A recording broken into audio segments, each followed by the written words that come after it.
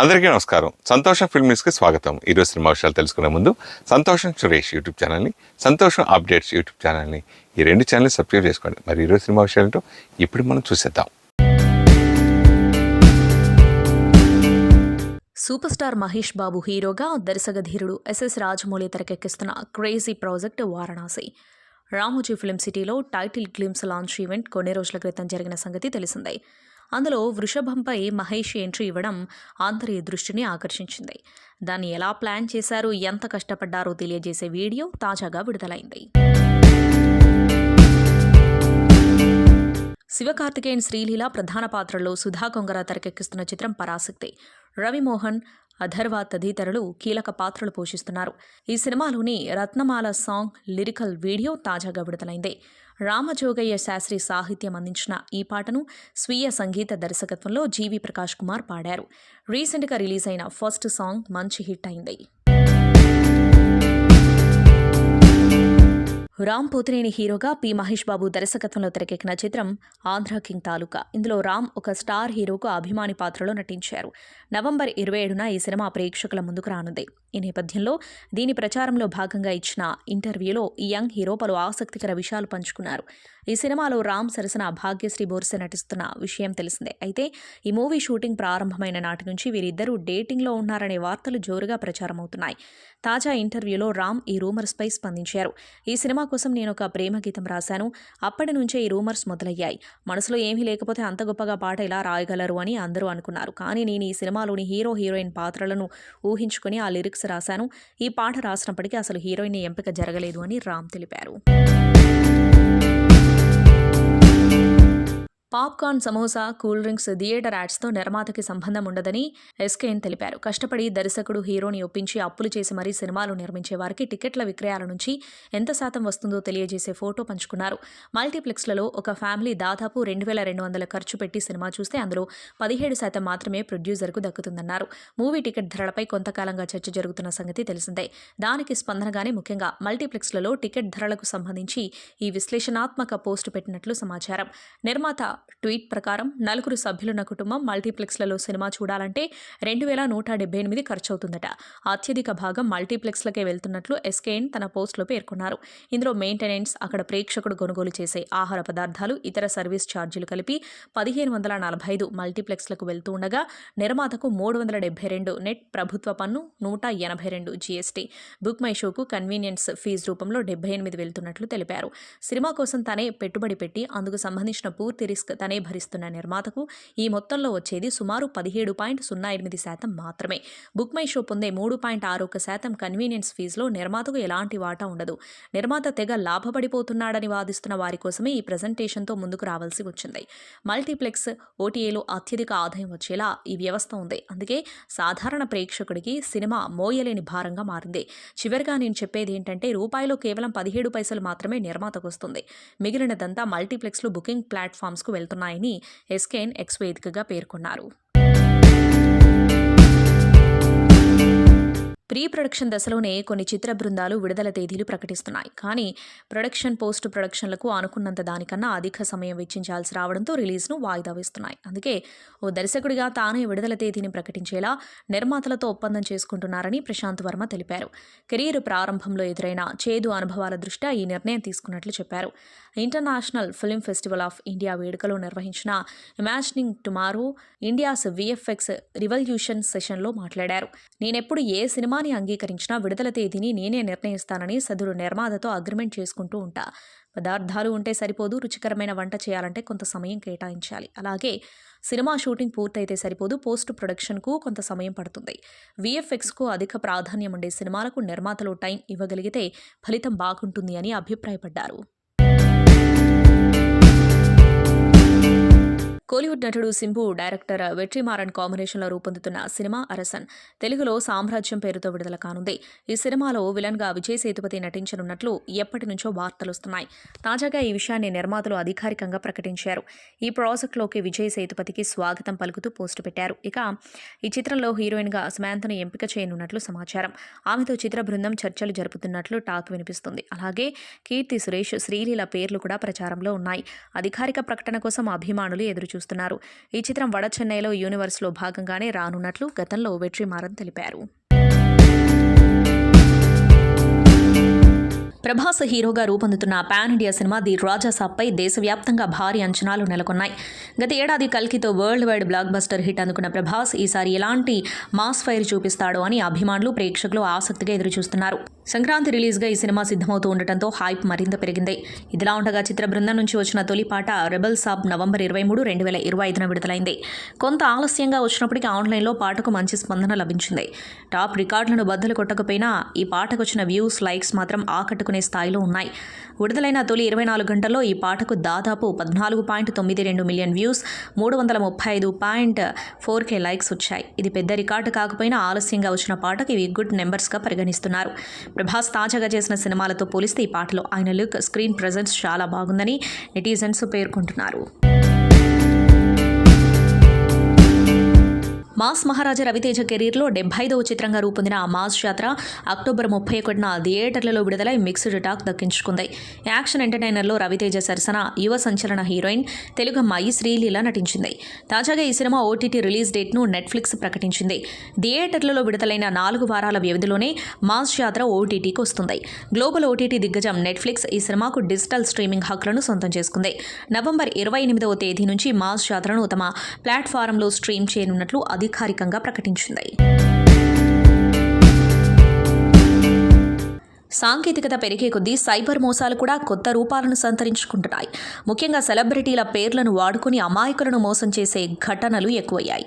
తాజాగా ప్రముఖ కథానాయిక రకుల్ ప్రీత్ సింగ్ తన అభిమానులను, ప్రజలను అప్రమత్తం చేశారు. తన పేరుతో కొందరు కేటుగాలు నకిలీ వాట్సాప్ ఖాతా సృష్టించి మోసాలకు పాల్పడుతున్నారని ఆమె సోషల్ మీడియా వేదికగా హెచ్చరించారు. ఆ నెంబర్ నుంచి వచ్చే సందేశాలకు ఎవరూ స్పందించవద్దని, వెంటనే దాన్ని బ్లాక్ చేయాలని సూచించారు. 8110675586 అనే ఫోన్ నెంబర్కు తన ఫోటోను డీపీగా పెట్టి బయోలో తాను నటించిన సినిమాల పేర్లను రాసి కొందరు వ్యక్తులకు సందేశాలు పంపుతున్నట్లు రకుల్ గుర్తించారు. ఈ విషయం తెలియగానే ఆమె వెంటనే స్పందించారు. ఫేక్ చాట్ స్క్రీన్ షాట్ను షేర్ చేస్తూ, నా పేరుతో ఎవరో వాట్సాప్లో ప్రజలకు సందేశాలు పంపుతున్నారు, దయచేసి ఆ నంబర్కు స్పందించకండి, అది నాది కాదు అని స్పష్టం చేశారు. కోలీవుడ్ స్టార్ హీరో అజిత్ కుమార్ అభిమానులకు దర్శకుడు అదితి రవిచంద్రన్ శుభవార్తను అందించారు. ఏడాది వీరిద్దరి కలయికలో వచ్చిన గుడ్ బ్యాడ్ అగ్లీ చిత్రం బాక్సాఫీస్ వద్ద భారీ విజయాన్ని అందుకున్న విషయం తెలిసిందే. మైత్రి మూవీ మేకర్స్ నిర్మించిన ఈ సినిమా కలెక్షన్ల వర్షం కురిపించింది. ఈ బ్లాక్ బస్టర్ విజయం తర్వాత అజిత్తో మరో సినిమా చేయనున్నట్లు అదితి రవిచంద్రన్ అధికారికంగా ప్రకటించారు. చెన్నైలో జరిగిన ఒక కార్యక్రమంలో పాల్గొన్న ఆయన ఈ విషయాన్ని వెల్లడించారు. అజిత్తో చేయబోయే తదుపరి చిత్రానికి సంబంధించిన ప్రీ ప్రొడక్షన్ పనులు దాదాపు పూర్తయ్యాయని తెలిపారు. ప్రస్తుతం లొకేషన్ల ఎంపిక జరుగుతోంది. అంతా అనుకున్నట్లు జరిగితే ఫిబ్రవరి చివరి నాటికి షూటింగ్ ప్రారంభించే అవకాశం ఉంది అని ఆయన స్పష్టం చేశారు. రాజమౌళి, మహేష్ బాబు కాంబినేషన్లో రూపొందుతున్న క్రేజీ ప్రాజెక్టుపై భారీ అంచనాలున్న నేపథ్యంలో ఈ మూవీ టైటిల్ను భారీ ఈవెంట్ ద్వారా ప్రకటించిన విషయం తెలిసిందే. భారతీయ సినిమా ప్రమోషన్స్కి ఇది కొత్త నిర్వచనంగా మారింది. ఈ వినూత్న ప్రయత్నం దేశవ్యాప్తంగా మాత్రమే కాదు, హాలీవుడ్ మీడియా దృష్టిని కూడా ఆకర్షించి గ్లోబల్ లెవెల్లో పెద్ద చర్చగా మారింది. సాధారణంగా టైటిల్స్ను పోస్టర్, గ్లిమ్స్ లేదా సోషల్ మీడియా పోస్టుల ద్వారా ప్రకటిస్తారు. కానీ వారణాసి యూనిట్ మాత్రం పాత్రలు, కథ, థీమ్ వివరించే క్రమంలో స్టేజ్ ఈవెంట్ ఏర్పాటు చేసి ప్రమోషన్లో కొత్త మైలురాయి సృష్టించింది. దీనికి మంచి రెస్పాన్స్ రావడంతో ఇప్పుడు ఇదే స్ట్రాటజీని ఎన్టీఆర్ ప్రశాంత్ నీల్ కాంబోలో రూపొందుతున్న సినిమాకి ఉపయోగించనున్నట్టు అర్థమవుతుంది. ఎన్టీఆర్ ప్రశాంత్ నీల్ మూవీ టైటిల్పై భారీ ఆసక్తి నెలకొనగా మూవీకి డ్రాగన్ అనే పేరు ఖరారు చేసినట్టు టాక్ వినిపిస్తుంది. అయితే డ్రాగన్ పేరు ఇంకా నిర్ధారణ కాలేదని మైత్రి మూవీ మేకర్స్ ప్రొడ్యూసర్ రవిశంకర్ స్పష్టం చేశారు. డ్రాగన్ కూడా ఓ ఆప్షన్ మాత్రమే, అధికారికంగా ఏ టైటిల్ ఫైనల్ కాలేదు. ఇది పూర్తిగా అంతర్జాతీయ స్థాయిలో తెరకెక్కుతున్న భారీ ప్రాజెక్ట్. ప్రముఖ నటులు రజనీకాంత్, కమల్ హాసన్ కలయికలో రానున్న చిత్రంపై నెలకొన్న సందిగ్ధత వీడింది. కమల్ హాసన్ నిర్మాతగా వ్యవహరిస్తున్న ఈ ప్రతిష్టాత్మక చిత్రానికి దర్శకుడు ఖరారైనట్లు కోలీవుడ్ వర్గాల్లో విశ్వసనీయంగా తెలుస్తోంది. పార్కింగ్ చిత్రంతో గుర్తింపు పొందిన యువ దర్శకుడు రామ్ కుమార్ బాలకృష్ణకు ఈ భారీ ప్రాజెక్టును తెరకెక్కించే అవకాశం లభించినట్లు సమాచారం. గత కొంతకాలంగా ఈ సినిమాకు దర్శకుడిని ఎంపిక చేసే విషయంలో విస్తృత చర్చలు జరిగాయి. తొలుత లోకేష్ కనకరాజ్ పేరు ప్రముఖంగా వినిపించినప్పటికీ ఆయన ఈ ప్రాజెక్టు నుంచి తప్పుకున్నారు. ఆ తర్వాత దర్శకుడు సి సుందర్ పేరు తెరపైకొచ్చింది. అయితే ఆయన వినిపించిన హర్రర్ కథ రజనీకాంత్కు నచ్చకపోవడంతో ఆ ప్రయత్నం విరమించుకున్నారు. దీంతో తలైవా చిత్రానికి ఎవరు దర్శకత్వం వహిస్తారనే దానిపై సర్వత్రా ఆసక్తి నెలకొంది. తాజాగా దర్శకుడు రామ్ కుమార్ బాలకృష్ణన్ వినిపించిన కాలేజ్ బ్యాక్డ్రాప్ కథ రజనీకాంత్తో పాటు నిర్మాత కమల్ హాసన్ను కూడా విశేషంగా ఆకట్టుకోవడంతో వెంటనే ఆమోదం తెలిపినట్లు తెలుస్తోంది. అంతా సవ్యంగా జరిగితే వచ్చే ఏడాది మార్చి నుండి ఈ సినిమా చిత్రీకరణ ప్రారంభమయ్యే అవకాశాలున్నాయి. అయితే ఇక్కడ ఒక చిన్న సమస్య ఉంది. రామ్ కుమార్ బాలకృష్ణన్ ఇప్పటికే హీరో సింబుతో తన 49వ చిత్రాన్ని ప్రకటించారు. కొన్ని కారణాల వల్ల ఆ సినిమా వాయిదా పడింది. ఇప్పుడు రజనీకాంత్ సినిమాకు అంగీకరించడంతో ఆయన ఏ ప్రాజెక్టును ముందుగా ప్రారంభిస్తారనే దానిపై స్పష్టత రావాల్సి ఉంది. బాలీవుడ్ సీనియర్ నటుడు లెజెండ్ ధర్మేంద్ర కన్నుమూసిన సంగతి తెలిసిందే. ఆయన మరణ వార్తతో భారత చిత్ర పరిశ్రమ తీవ్ర విషాదంలో మునిగిపోయింది. యాదృచ్ఛికంగా ఆయన మరణించిన రోజే ఆయన నటించిన చివరి చిత్రం 21 ఫస్ట్ లుక్ పోస్టర్ను చిత్ర బృందం విడుదల చేసింది. ఇది అభిమానులను తీవ్ర భావోద్వేగానికి గురిచేస్తుంది. కొంతకాలంగా శ్వాసకోశ సంబంధిత సమస్యలతో బాధపడుతున్న ధర్మేంద్ర ఆసుపత్రిలో చికిత్స పొంది ఇటీవలే కుమారుడు బాబీ డియోల్ ఇంటికి తిరిగి వచ్చారు. అక్కడే ఆయన తుది శ్వాస విడిచారు. ఈ విషాద సమయంలోనే ఆయన చివరి సినిమా పోస్టర్ విడుదల కావడం అందరినీ కదిలించింది. 21 చిత్రం 1971 భారత్ పాక్ యుద్ధ హీరో పరమవీర చక్ర గ్రహీత సెకండ్ లెఫ్టినెంట్ అరుణ్ ఖేత్రపాల్ జీవిత కథ ఆధారంగా రూపొందుతుంది. ఈ చిత్రంలో అరుణ్ ఖేత్రపాల్ తండ్రి బ్రిగేడియర్ ఎంఎల్ ఖేత్రపాల్ పాత్రలో ధర్మేంద్ర నటించారు. అరుణ్ పాత్రను అమితాబ్ బచ్చన్ మనవడు అగస్త్యానంద పోషిస్తున్నారు. విడుదలైన పోస్టర్లో ఇది నా పెద్ద కొడుకు అరుణ్, ఇది ఎల్లప్పుడూ అతనిదే అంటూ ధర్మేంద్ర చెప్పిన డైలాగ్ అందరి హృదయాలను బరువెక్కిస్తుంది. ఈ పోస్టర్ను షేర్ చేస్తూ చిత్ర బృందం తండ్రులు కుమారులను పెంచుతారు, కానీ గొప్ప వ్యక్తులు దేశాన్ని నిర్మిస్తారు అనే క్యాప్షన్ జోడించింది. ధర్మేంద్ర చివరిసారిగా వెండితెరపై కనిపించనున్న ఈ చిత్రం 2025 డిసెంబర్ 25న ప్రపంచవ్యాప్తంగా విడుదల కానుంది. అస్సాం ప్రముఖ గాయకుడు జుబిన్ గార్గ్ ఇటీవల మరణించిన విషయం తెలిసిందే. సింగపూర్ వెళ్లిన జుబిన్ అక్కడ ప్రమాదవశాత్తు ప్రాణాలు కోల్పోయారు. అయితే ఆయన మరణంపై పలు అనుమానాలు వ్యక్తమవుతున్నాయి. ఆయన మృతిపై దర్యాప్తు కొనసాగుతుంది. ఈ క్రమంలో అస్సాం ముఖ్యమంత్రి హిమంత బిశ్వ శర్మ సంచలన ప్రకటన చేశారు. జుబిన్ ప్రమాదంలో చనిపోలేదని, ఆయన హత్యకు గురయ్యారంటూ అసెంబ్లీలో వెల్లడించారు. గాయకుడి మృతిపై చర్చించేందుకు ప్రతిపక్షాలు ప్రవేశపెట్టిన వాయిదా తీర్మానం సందర్భంగా సీఎం ఈ మేరకు సంచలన ప్రకటన చేశారు. జుబిన్ గార్గ్ ప్రమాదవశాత్తు మరణించలేదు, ఆయన్ని హత్య చేశారు అని వ్యాఖ్యానించారు. ఈ సినిమా సక్సెస్ మీట్కి వచ్చిన అందరికీ కూడా ముందుగా ఈ సినిమాని ఇంత పెద్ద బ్లాక్ బస్టర్ చేసినందుకు మన తెలుగు ప్రేక్షకులందరికీ కూడా ముందుగా ధన్యవాదాలండి. ఈ సినిమాని ఇంత బాగా జనాల్లోకి తీసుకెళ్ళిన మీడియా మిత్రులందరికీ కూడా ధన్యవాదాలండి. అందరూ మాట్లాడేశారు. చాలాసేపటి నుంచి మా వేణు గారు అది లేట్ అవుతుందా అని చాలామంది మన అఖిల్ వీళ్ళందరూ లేట్ అవుతుందా అంటున్నారు. లేట్ అయ్యింది, అయినా పర్లేదు. ఎందుకంటే మీకు ఇది లైఫ్లో ఈ కొత్త టీం అందరూ ఎప్పటికీ మర్చిపోలేని వీడియో ఇది. మీ వీడియోలో నేను కూడా లైఫ్ లాంగ్ ఉంటాను కాబట్టి ఇది కూడా నాకు ఒక మంచి మూమెంట్, నాకు ఒక మంచి మెమరీ. సినిమా అద్భుతంగా రిసీవ్ చేసుకున్నారు అందరూ చెప్పినట్టే. యాక్ట్ చేసిన ఫ్రెండ్స్ అందరికీ, తర్వాత అనిత మ్యామ్ గురించి, శివాజీరాజు గురించి చెప్పక్కర్లేదు, సీనియర్స్. ఫ్రెష్ ఇప్పుడు మొత్తం అటెన్షన్ అంతా ఈయన మీద ఉంది. ఈయన చూస్తుంటేనే ఇంత యాక్ట్ చేయాలనిపించేస్తుంది. అంటే మరి అది తప్పకుండా మనం చేయాలి కలిసి, హానెస్ట్గా చెప్తున్నా. ఇప్పుడు చేసి మీ లైనప్లో ఉన్న సినిమాలు అన్నీ కూడా చాలా చాలా మంచి సినిమాలు. ఖచ్చితంగా ఇలాగే మంచి చూస్ చేసుకుని ఒకరోజు మాకు కూడా దొరకకుండా అయిపోవాలని మనస్ఫూర్తిగా కోరుకుంటున్నాను. హీరోయిన్లు ఇద్దరు చాలా చక్కగా ఉన్నారు, చాలా బాగా చేశారు. డెఫినెట్గా మీకంటూ ఒక గుర్తింపు ఈ సినిమాతోనే వచ్చింది. దీన్ని నిలబెట్టుకుంటూ ముందుకెళ్తారని మనస్ఫూర్తిగా నమ్ముతున్నాను.